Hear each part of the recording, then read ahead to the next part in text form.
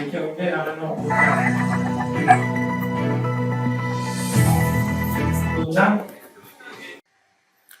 alaykum, hurmatli tinglovchilar, hurmatli magistrlar, hurmatli talabalar. Bugungi mashg'ulotimizda biz sizlarga psixologiyani eng dolzarb muammolaridan biri bu test tuzish asosiy bosqichlari haqida ma'lumot beramiz. Chunki test tuzish bu eng murakkab jarayon hisoblanadi. Shu boisdan ham ushbu mavzu yuzasidan ayrim ma'lumotlarni taqdim etishimiz istiqbolda mahalliy psixologlar tomonidan mahalliy muhitga mos bo'lgan testlar tuzishni asosiy tadbirlar nimadan iborat ekanligi to'g'risidagi malaka ko'nikmalar shakllantirish xizmat qiladi. Endi bugungi mashg'ulot rejasida biz sizlar bilan testning asosiy bosqichlari, xorijasal moslashtirish va test yutuq va kamchiliklar haqida umumiy ma'lumot taqdim etamiz. Endi testlar bilan bog'liq bo'lgan prosesni o'ziga xos jihati bu belgilangan ma'lum bir bosqichlardan iborat. Jahon psixologiyasida test tuzish bosqichlari haqida turli xil manbalar bor, lekin biz sizlarga taqdim qiladigan ushbu manbalar bevosita rossiyalik psixologlar tomonidan taqdim qilingan holat bilan uzviy bog'liqlikka ega.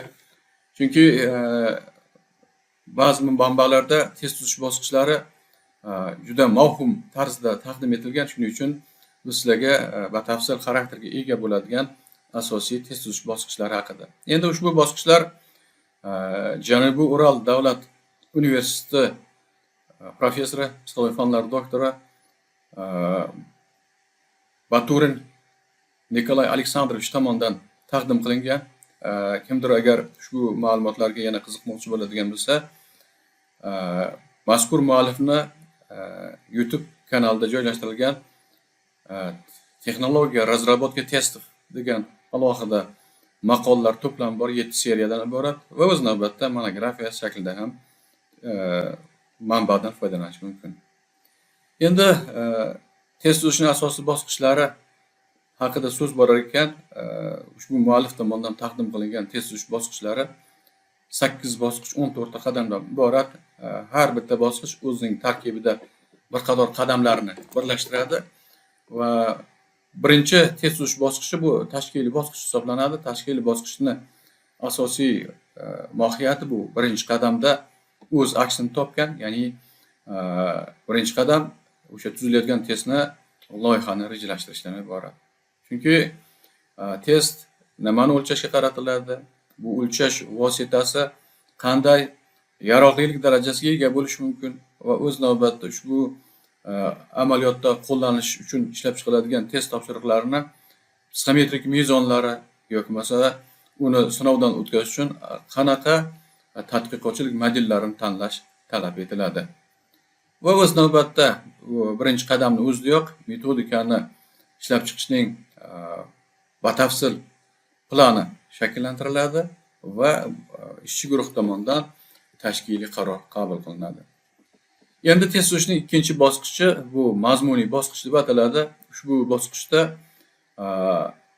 ikki qadam o'z ichiga mujassamlashtirilgan. Bular ikkinchi va uchinchi qadamlardan iborat. Ikkinchi qadam bu mazmunni aniqlash.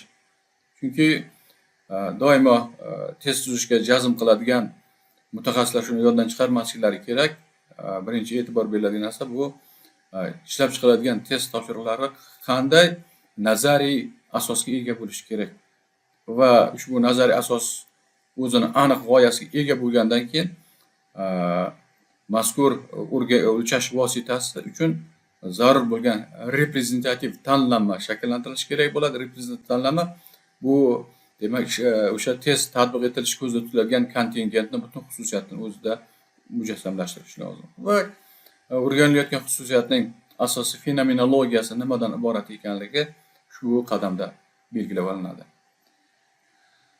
Uchinchi qadam endi metodikani o'ziga xosligi bilan xarakterlanadi. Bu yerda o'sha o'rganish lozim bo'ladigan hodisa yoki masalan psixologik xususiyatlar bu ilmiy ahamiyatga egami yoki yo'qligi operatsional tizim nuqtai nazaridan sinovdan o'tkazish kerak bo'ladi. Undan keyin ishchi guruh tomonidan metodikaning umumiy tafsilotini ifoda etuvchi rasmiy xarakteristika tanlanadi va u qayd etiladi.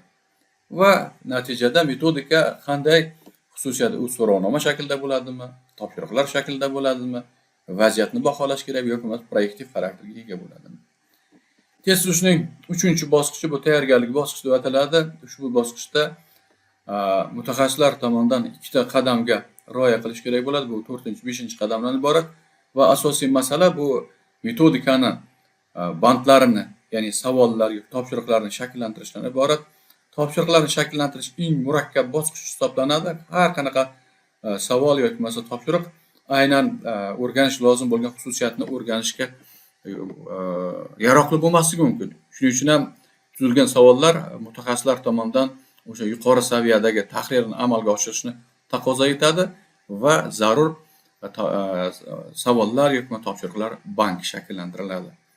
Va natijada 5-qadamda esa ushbu test sinovini amalga oshirish bilan bog'liq bo'lgan dastlabki metodikaning ishchi shakli shakllantiriladi va uni amalga oshirish tatbiqi belgilab olinadi. 4-bosqich bu tadqiqotchilik bosqichi. Haqiqatan ham ushbu bosqichda 6-qadam, ya'ni metodikalarni aprobatsiyasi, tahlili va korreksiyasi deb ataladi. Bu bosqichda yuqorida tuzib chiqilgan bank asosida qaysi savollar ishlaydi, qaysi savollar ishlamaydi, savollarni tekshirish uchun ularni diskriminatsiya koeffitsiyenti yoki diskriminatsiya indeksi aniqlanadi va diskriminatsiya koeffitsentlari asosida haqiqatan savol ishlayapti yoki ishlamayapti. Va natijada ba'zi holatlarda agar savollar belgilangan o'sha sinov tajribadan keyin ishlaydigan bo'lsa, ular takroriy sinovdan o'tkazilmaydi. Aksincha tuzatish kiritiladigan bo'lsa, albatta test pilotaj tadqiqotini yana amalga oshirishni taqozo etadi. Natijada sinovdan keyin testning tarkibi va tuzilmasi tasdiqlanishi lozim bo'ladi. Endi navbatdagi qadamlar bu 7 va 8-qadamlar. Bu asosiy psixometrik talablarni amalga oshiruvchi qadamlar hisoblanadi va bu yerda sinaluvchilarni o'sha tajriba sinovdan o'tkazish uchun belgilangan tadbirlarni asosiy vaqti, ularni amalga oshirish tartibi va bundan tashqari sinovchilar uchun yo'riqnomalar va testni ish shakli amaliyot tatbiq etishga taqdim etiladi. 8-bosqichda esa endi psixometrik mezonlar nuqtai nazaridan albatta test qaysidir ma'noda sinovdan o'tkazilishi lozim bo'ladi. 5-bosqich bu standartlashtirish eng muhim bosqichlardan biri hisoblanadi. Bu yerda 9-qadam, ya'ni standartlashtirish uchun tadqiqotni o'tkazishni taqozo etadigan qadam hisoblanadi. Endi standartlashtirish bu ishlab chiqiladigan metodikalarni barcha uchun qulay, maqbul va eng umumlashtirilgan tafsilotini ifoda etuvchi shakl hisoblanadi. Shuning uchun test sinovlarida ushbu bosqichda belgilangan tajriba sinov kimga mo'ljallangan, qanaqa kontentlarni o'tkazish kerak, bu nuqtai nazardan albatta test turli guruhlar uchun sinovdan o'tkaziladi. Va biz yaxshi bilamiz, har qanaqa ishlab chiqiladigan metodikalar baholanadigan xususiyatni belgilangan me'yorlar bo'yicha baholash imkoniyatini taqdim etish kerak. Shuning uchun test me'yorlari ushbu bosqichda shakllantiriladi. 6-bosqich bu talqin etish bosqichi. U o'zida 10-qadamni mujassamlashtiradi. Endi natijalarini olish, ularni tavsiflash, ular qanaqa xususiyatga ega bo'lishi ushbu bosqichni asosiy xususiyati va natijada mutaxassis tomonidan test topshirig'ini amaliyotga sinash va u yuzasidan qanaqa psixodiagnostik hisobot tayyorlash masalalari 6-bosqichda o'zi shakllantirilishi kerak bo'ladi. 7-bosqich bu texnik tadbirlar bosqichi.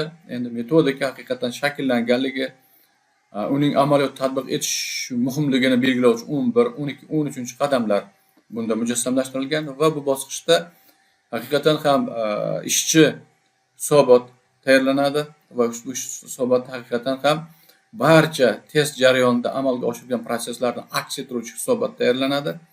Undan keyin 12-qadamda esa mualliflik huquqini olish uchun belgilangan talablarga javob beradigan yuridik tadbirlar amalga oshiriladi va bunda mutaxassislar tomonidan taqriz olinib, haqiqatan ham metodika guvohnoma olishga yaroqli emasligi haqida xulosalar taqdim.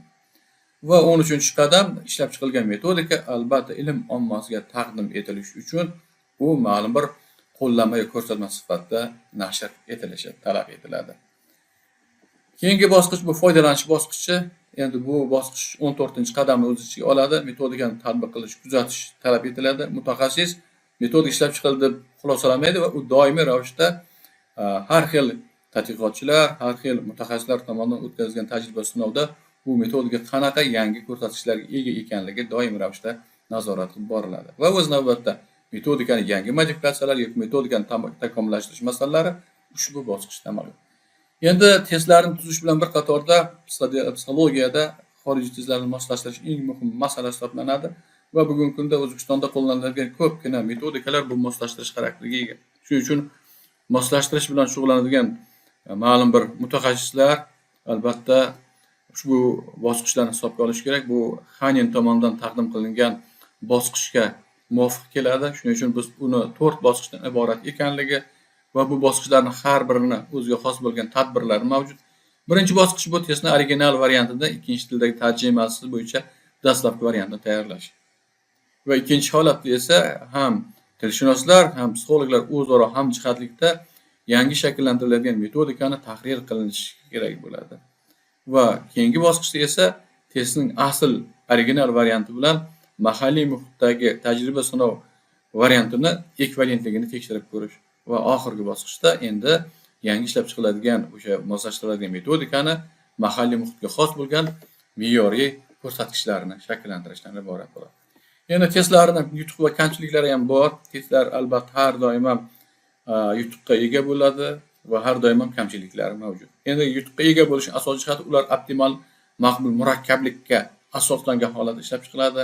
Ular ishonchlilik darajasiga ega bo'ladi va testni amalga oshirish adolatlilik yoki haqqoniylik qonun qoidalariga rioya qilgan holatda o'tkaziladi va uning bugungi kunda texnik taraqqiyot bilan bog'liq bo'lgan kompyuter imkoniyatlarining mavjud ekanligi va psixologik adekvatligini ta'minlash bilan xarakterlanadi. Endi testlarning kamchiliklari ba'zi holatlarda mutaxassislarning tayyorgarlik darajasiga ega bo'lmasligi, ularni ko'r-ko'rona to'g'ridan-to'g'ri testlarni talqini bilan bog'liq bo'lgan muhitda xatolik yo'qolishlar, profanatsiya xavfi bu ishlab chiqarilgan testlarni ba'zi bir holatlarda qo'llanilgan tushunchalar sinaluvchilarga qaysidir ma'noda shubha yoki ikkilanuvchi mazmunni aks ettirmasligi bu profanatsiya xavfi deb ataladi.